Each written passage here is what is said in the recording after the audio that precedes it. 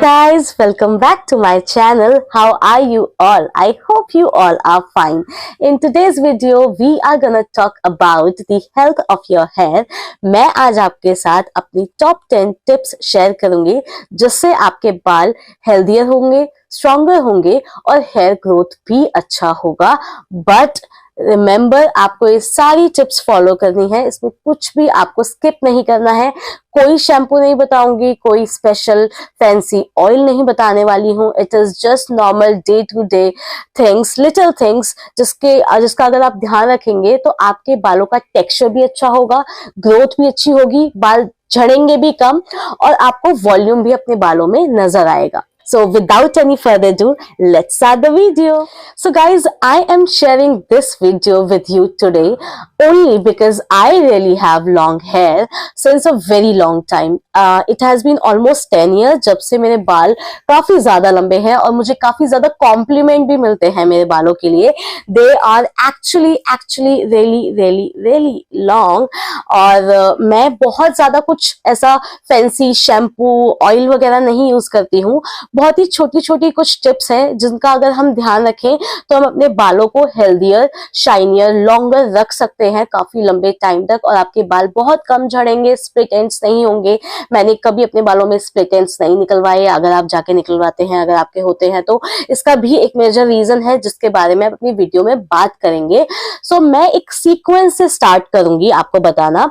I will start with washing your hair first. हमें अपने बालों को धोना कैसे चाहिए. देखिए बेसिकली होता क्या है, शैम्पू सब करते हैं. कितनी बार शैम्पू करना चाहिए, कैसे करना चाहिए, हमें नहीं पता होता. देखिए आप जब भी अपने बालों में शैम्पू का यूज करें तो आप ध्यान रखिए that you apply the shampoo on the roots of your hair, on the scalp. आप अपने स्कैल्प में शैम्पू अप्लाई कीजिए और उसको वहां मसाज कीजिए. Do not apply shampoo here और उसको ऐसे ऐसे रब मत कीजिए. उससे क्या होता है, आपके बाल ना आपस में उलझ जाते हैं और जब आप हेयर वॉश के बाद उनको कॉम्ब करते हैं तो उसकी वजह से आपके बाल बहुत ज्यादा टूटते हैं. आपको अपने शैम्पू को अपने स्कैल्प पे लगा के अच्छे से मसाज करना है. सेकेंड थिंग आपको जो ध्यान रखना है वो है अपने बालों को बहुत अच्छे से कंडीशनिंग करना. अब कंडीशनिंग करने का मेथड हम सबको नहीं पता होता है. ये तो सबको पता है कि हमें रूट्स पे नहीं लगाना है.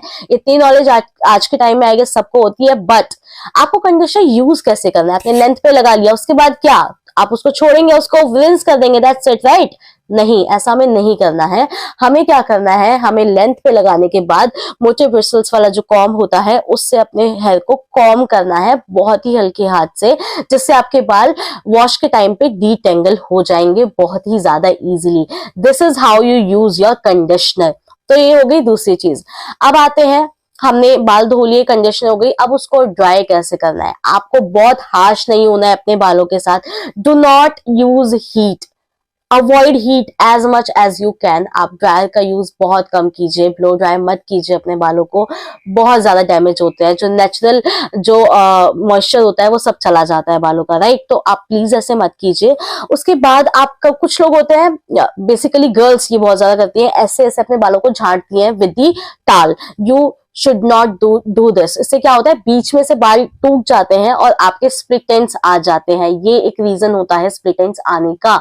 सो प्लीज ऐसे अपने बालों को टाल से ना झाड़ें. उसको हल्के हाथ से टाल से ऐसे रब करके उसको तब ड्राई करें और उसको नेचुरली ड्राई होने दें अपने बालों को.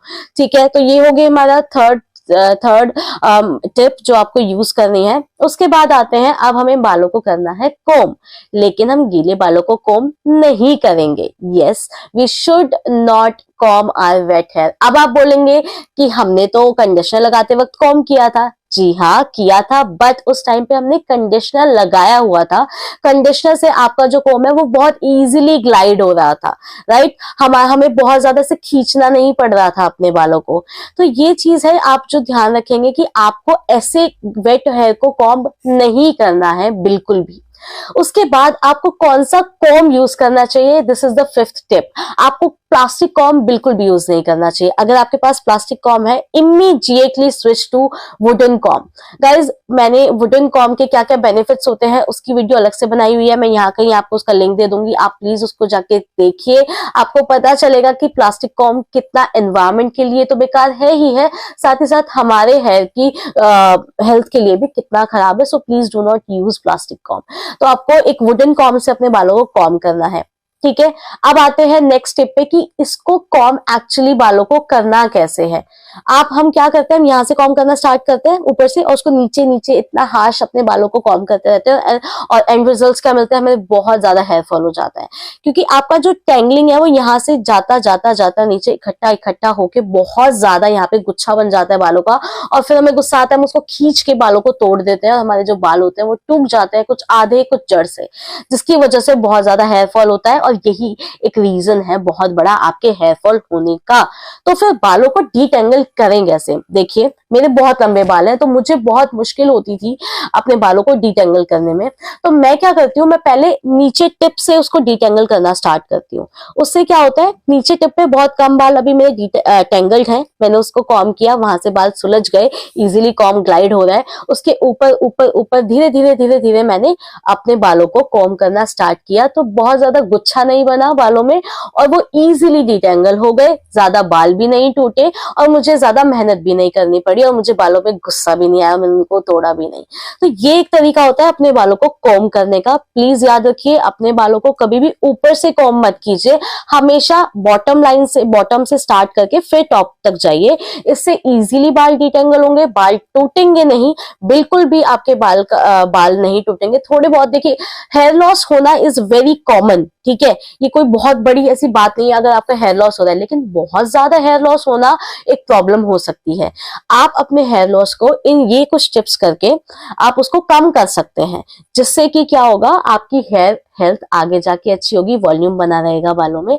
और जैसे कि मैंने बताया कि जो आप वुडन कॉम यूज करते हैं उससे ब्लड सर्कुलेशन भी अच्छा होता है, तो आपकी हेयर ग्रोथ में भी वो हेल्प करेगा। अब हमने बालों को कॉम कर लिया, उसके बाद अब हमें कितनी बार अपने बालों को धोना चाहिए हफ्ते में? देखिए, ये डिपेंड करता है पर्सन टू पर्सन। अगर आपका स्कैल्प ऑयली है तो आपको हर दूसरे दिन अपने बालों को धोना चाहिए, एक डे आप स्किप कर सकते हैं, क्योंकि देखिए, बाल अगर आपके ऑयली रहेंगे, स्कैल्प ऑयली रहेगा, तो जो पोर्स हैं वो आपके क्लॉग हो जाएंगे, और जो न्यूट्रिशन जाना चाहिए, जैसे ऑयलिंग की मान लीजिए आपने, तो वो नहीं जा पाता, और क्लॉग्ड पोर्स हमेशा प्रॉब्लम क्रिएट करते हैं। इसीलिए आपको, अगर ऑयली स्कैल्प है तो आप हर दूसरे दिन उसको वॉश कर सकते हैं। लेकिन अगर आपके जो हेयर है वो ड्राई है, आपका स्कैल्प जो है वो ड्राई है, तो आप अपने बालों को हफ्ते में 2 दिन भी धोएंगे तब भी चलेगा, लेकिन ध्यान रखिए आपका स्कैल्प क्लीन रहना चाहिए। नेक्स्ट चीज आती है आपके स्कैल्प की हेल्थ, दैट मीन्स आपके स्कैल्प में कितना डैंड्रफ है। डैंड्रफ एक बहुत बड़ा रीजन होता है हेयर फॉल का। अगर आपके बालों में डैंड्रफ है, आप प्लीज कोई रेमेडी कीजिए और अपने डैंड्रफ को ज्यादा दिन तक टिकने मत दीजिए। देयर आर मेनी रेमेडीज, अगर आपको चाहिए कमेंट डाउन बिलो, मैं आपको कुछ रेमेडीज दे दूंगी। आप दही लगा सकते हैं, वैसे दही बहुत अच्छा होता है बालों के लिए अगर डैंड्रफ है तो। लेमन हेल्प्स यू आउट, या फिर मैं आपको एक हेयर मास्क बता दूंगी जिसको लगाने से डैंड्रफ काफी हद तक कम हो जाता है। आप अपने बालों में प्लीज डैंड्रफ मत रहने दीजिए, जितना डैंड्रफ होगा उतना ज्यादा हेयर फॉल, हेयर लॉस होगा, इस चीज का आप ध्यान रखिए। अब आते हैं कि हमारे हेयर को कौन कौन से न्यूट्रिशन की जरूरत पड़ती है। हमारे हेयर को generally iron, vitamin A, vitamin D, vitamin C, vitamin E, zinc, ये कुछ न्यूट्रिएंट्स हैं जिनकी जरूरत हमारे हेयर को पड़ती है। लेकिन अब ये किस किस चीज से मिलेगा, क्या क्या खाएं, तो यहाँ कुछ मैं आपको डाइट प्रोवाइड कर दूंगी, ये सब आपको खाना चाहिए। इससे आपकी हेयर जो है वो, हेयर हेल्थ जो है वो काफी अच्छी बनी रहेगी। अब बात आती है कि हमें ऑयल कौन सा यूज करना चाहिए, मसाज करनी चाहिए या नहीं करनी चाहिए। डेफिनेटली आपको चंपी करनी चाहिए ऑयल से, लेकिन अगर आपका ऑयली स्कैल्प है, यू कैन अवॉइड दिस, आपको नहीं करना चाहिए, क्योंकि ऑलरेडी ऑयली स्कैल्प है और ऑयल लगाएंगे तो आपका जो स्कैल्प है वो आपकी ऑयली ज्यादा होने के वजह से आपके पोर्स को क्लॉग कर देगा और अगेन प्रॉब्लम क्रिएट होगी। लेकिन अगर आप ड्राई स्कैल्प से हैं या नॉर्मल स्कैल्प है आपका, तो आप मसाज कर सकते हैं। आपको वीक में 2 बार मसाज करना है। ऑयल कौन सा लेना है, यू कैन ईदर यूज नारियल तेल, वर्जिन कोकोनट ऑयल और सरसों का तेल। ये दोनों बहुत अच्छे होते हैं। अगर आप सरसों के तेल में नींबू डाल के उसको मसाज करेंगे तो आपके डैंड्रफ की प्रॉब्लम भी कम होगी। कोकोनट ऑयल में आप कपूर डाल सकते हैं, उससे भी डैंड्रफ की प्रॉब्लम कम होती है। सो गाइज, ये कुछ टिप्स हैं जो मैं फॉलो करती हूँ। अगर आप फॉलो करेंगे तो आपको भी रिजल्ट्स जल्दी मिलेंगे। मेक श्योर आप कोई भी स्टेप स्किप ना करें। सारी जो टिप्स हैं उनको रेगुलर बेसिस पे फॉलो करें। आपकी हेयर की हेल्थ भी अच्छी होगी, ग्रोथ भी अच्छी होगी, बाल ज्यादा झड़ेंगे भी नहीं। अगर आपको ये वीडियो पसंद आया है, please like, share and subscribe to my channel. Bye bye.